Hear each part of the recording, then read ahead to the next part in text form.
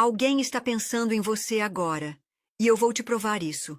Mas antes, se ainda não me segue, aperte no botão de seguir e toque no coração para que essa conexão se fortaleça. Fez isso?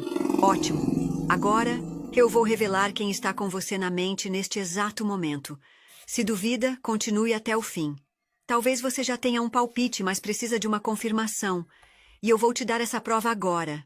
Para descobrir, clique na seta branca ou no botão do WhatsApp ao lado. Agora olhe bem. A primeira pessoa que aparecer na sua tela é exatamente quem está pensando em você neste momento.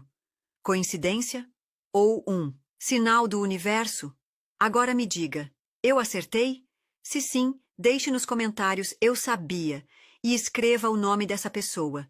E se quiser surpreendê-la, envie este vídeo para ela. Ah, e não esqueça de salvar este vídeo para lembrar sempre desse momento especial.